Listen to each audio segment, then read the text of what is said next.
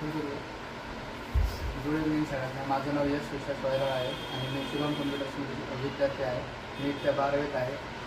माझा टॉपिक असा आहे की आम्हाला 2 दिवसापासून जीमेल शिकवत आहे आणि त्याच्यात मेलिंग कशी करायची ते सांगत आहे.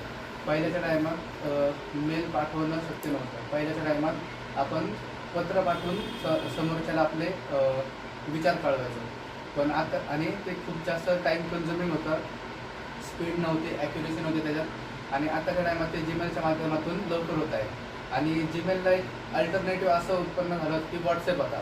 पण व्हॉट्सअपमध्ये आपण स्पेसिफिक गोष्टी क्लिअर नाही करू शकत. जसे की तुम्हाला एखादा टेक्स्ट चुकला आहे तर त्या टेक्स्टमुळं तुमचा बाकीचा पॅराग्राफ खराब होतो आणि तो तुम्हाला डिलीट करावा लागतो आणि परत टाईप करावा लागतो. तसं तुम्ही जीमेल पाठवताना, तुमचा मेल पाठवताना तो पर्टिक्युलर पार्ट हायलाईट करू शकता. तो चुकला असेल तर त्याला परत रिटाईप करू शकता किंवा आपल्या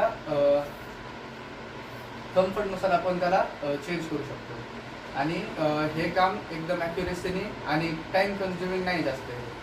आपल्याला कुणाकडून जर मेल आला तर आपण तो मेल ट्रान्सलेट करू शकतो आपल्या भाषेत नसला तर. किंवा एक्झाम्पल समजा जर फॉरेन लँग्वेजेसवरतून मला कोणीतरी मेल केला, माझ्या नातेवाईकांनी किंवा कोणी पण, तर एखादी फॉरेन लँग्वेजचं नाव स्पॅनिशमधून जर मला मेसेज आला आणि मला त्याचा अर्थ समजत नसेल तर आपण गुगल ट्रान्सलेटरवर जाऊन तिकडून त्याचं ट्रान्सलेशन करू शकतो. आणि ते ट्रान्सलेशन खूप क्विक आणि ॲक्युरेट असतं आणि आपल्याला ते शब्द समजून आपण त्याचा रिप्लाय पण आपल्या भाषेतून त्यांना देऊ शकतो, जेणेकरून ते तिकडं पण ट्रान्सलेटर असतील ते तिथून पण ट्रान्सलेट करून ते समजू शकतात.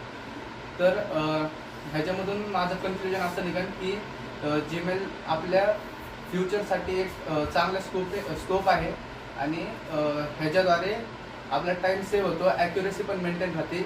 आणि ज्या गोष्टीसाठी आपल्याला म्हणजे जास्त विचार करावा लागतो त्याच्यात जास्त विचार न करता आपण फक्त आपले AIचा यूज करून सुद्धा आपण ह्या गोष्टी टाईप करून समोरच्याला कळवू शकतो. Yes, excellent.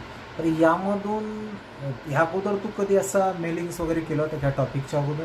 नाही, ह्याच्या अगोदर कधी केला नव्हता. शिवम कम्प्युटर्समध्ये आल्यानंतर मला एक गोष्ट समजल्या आणि आता मी त्याच्यावर वर्क करायला.